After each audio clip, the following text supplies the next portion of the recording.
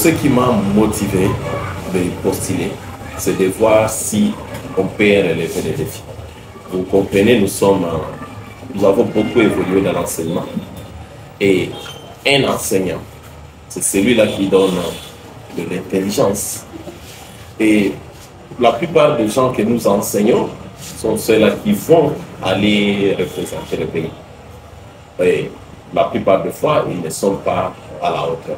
C'est pour cela qu'à un certain temps, nous sommes obligés d'y aller nous-mêmes et donner le meilleur de ce que nous avons. Vous comprenez que c'est depuis 2006 qu'on a fait le premier cycle électoral.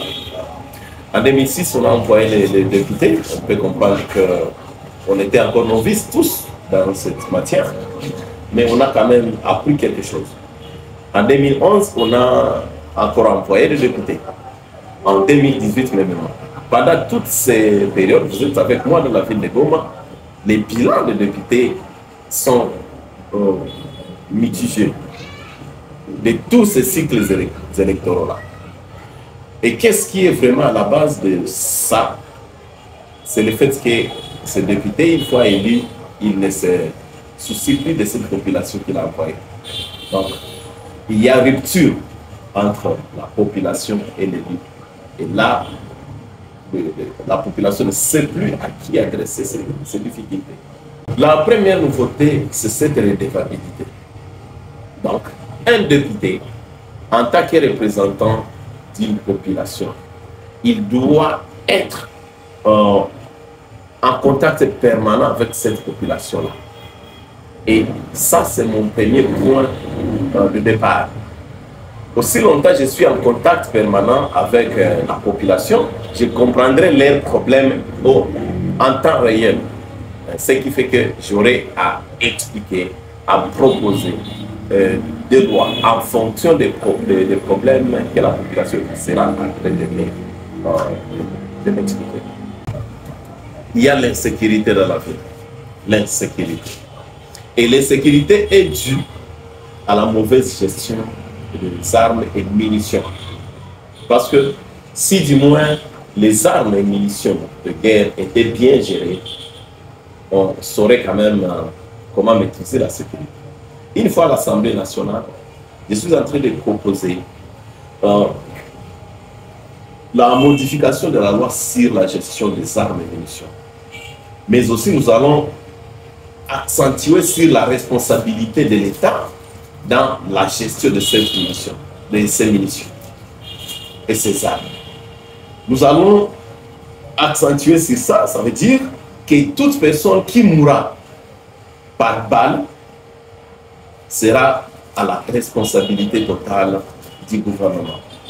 Et on pourra proposer une somme de 100 000 $ par personne morte par balle à charge de l'État congolais. Cela va permettre au ministre, au gouvernement qui gère ces armes d'y veiller. Actuellement, il y a les armes qui circulent partout. Je me demande si rien n'est fait, quel sera le sort de la population gomatracienne de manière particulière, mais également de la population partout où les armes sont très mal gérées. Donc, nous osons voir qu'avec la bonne gestion des armes, on va proposer, en tout cas dès qu'on arrive à l'Assemblée, la sécurité pourra revenir dans la ville. On en a encore assez, on ne sait pas exposer ici, mais à l'Assemblée, on ne va pas rester bras croisés.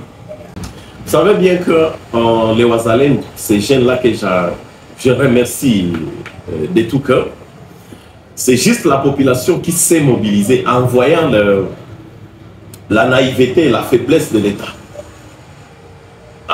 Et on s'est dit, si on ne se défend pas, il y a le petit M23 qui va directement arriver là où nous sommes. Il faut qu'on puisse se défendre. C'est ainsi que ces jeunes civils, je dis bien civils, ont décidé de prendre les armes. Donc, vous comprenez que dans notre pays, le gouvernement en place a décidé que l'armée s'endort dans le cessez-le-feu et que ce sont juste les gens, la population civile qui aillent combattre. C'est jamais vu par tout le monde. La population peut aller se battre, mais dans l'entretemps, il va derrière l'armée. Mais chez nous, ici, ce n'est pas le cas. Avec un cessez-le-feu magique, si je peux l'appeler comme ça, et la population a décidé d'aller se battre.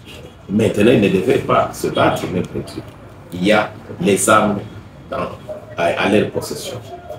Donc, notre proposition là, de cette loi qui pourra modifier, je pense que le gouvernement congolais pourra prendre toutes ses responsabilités afin de voir comment gérer ces armes qui seront entre les mains de Ouazalem.